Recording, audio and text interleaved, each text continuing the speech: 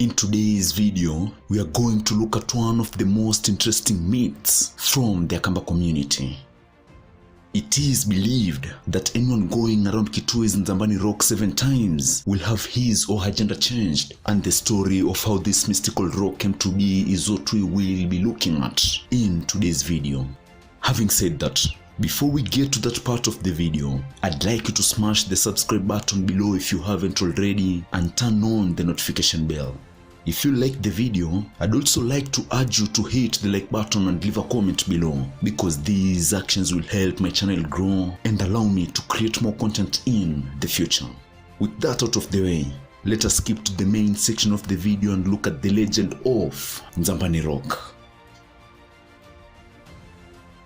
Once upon a time, a young, joyful lady lived among a 𝗣𝗡𝗏 community that had recently moved into present-day Kitwe. Her name was Nzamba. Back in the day, the 𝗣𝗏 traditional custom stated that only ladies were supposed to fetch firewood. So one day, while Nzamba and her 2 friends were in the fields fetching some, she came across a smooth and attractive stone that she instantly realized would be perfect for grinding tobacco. With that thought in mind, she picked up the stone and placed it in one of her breasts, intending to hand it over to her grandparents immediately after getting back to the village. Anyway, after this, the ladies went on fetching firewood, and when they were done, they organized the wood into batches that would be easier to carry.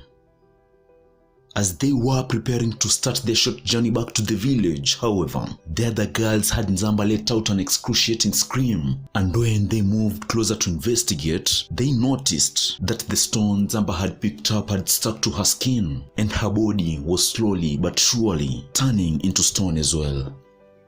At that point, the 2 girls tried as hard as they could to detach the stone as Nzamba wept, but all their efforts were in vain. And after noting that their efforts were not bearing any results, they ran as fast as they could back to the village, leaving the terrified Nzamba alone in the forest. They notified their parents after getting to the village, who in turn immediately sent a messenger to the council of elders, and in next to no time, the entire village had converged at the area where Nzamba had last been spotted. When the villagers got there, however, Nzamba was nowhere to be seen, and the only thing standing in front of them was a fairly large stone no one had ever seen before. Well, it didn't take them long to realize that it was Nzamba who had turned into the rock, and at that point, the villagers unanimously agreed that this was a job for the medicine man who the tribe called Mundumuwe. So, the medicine man was summoned, but to everyone's surprise, the more the medicine man prayed or offered sacrifices, the bigger the rock grew. This back and forth continued the entire day, and shortly after nightfall, the medicine man threw in the towel and offered a final sacrifice that signified God's will had been done.